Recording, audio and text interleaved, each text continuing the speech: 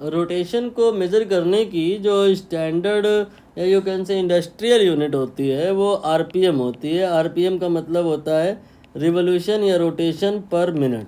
यहाँ पर भी ऐसा ही कुछ है कि 120 रिवोल्यूशन हो रहा है पर मिनट में हो रहा है। ठीक है, 1 मिनट में अगला 120 बार रोटेट किए जा रहा है।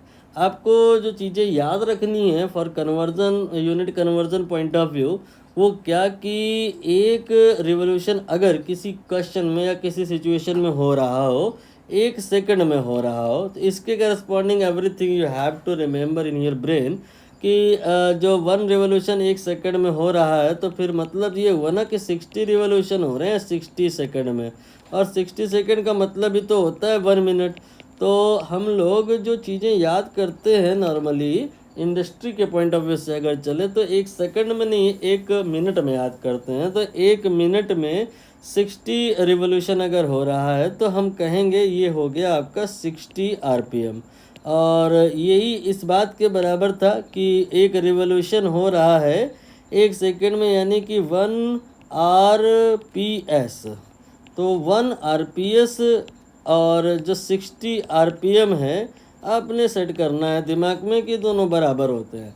अब आप इसको कहीं इधर उधर दाएं बाएं स्टैंडर्ड रिजल्ट के तौर पे नोट करके याद कर लो, और इसी का हेल्प लो इस प्रकार के कन्वर्जन में। किस प्रकार के, जैसे यहाँ बोले ना कि 120 आरपीएम है, 60 आरपीएम तो नहीं है ना, 120 आरपीएम है, मतलब इस फिगर का ट्वाइस।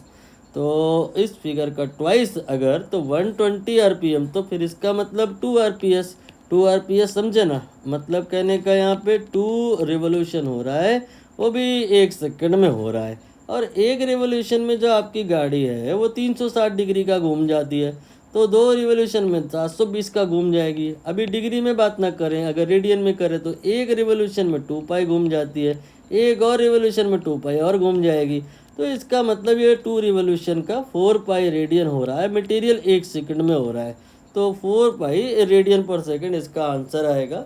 ये आपके लिए कितना इम्पोर्टेंट है, इससे कितना आपको रियलाइजेशन मिलेगा, इसके लिए एक और एग्जांपल है या एक नोट पॉइंट है कि आपके घर के जो सीलिंग फ़ैन होते हैं, वो आपके सीलिंग फ़ैन वही कोई लगभग देखा जाए तो 350-60 ऐसे कुछ होता है, 360 ले लो आरपीएम पर होते हैं। आपको इसको देख करके ये बताना है कि आपका जो पंखा है 1 सेकंड में कितनी बार घूमता है, क्या 1 बार घूमता है या 10 बार घूमता है या 6 बार घूमता है।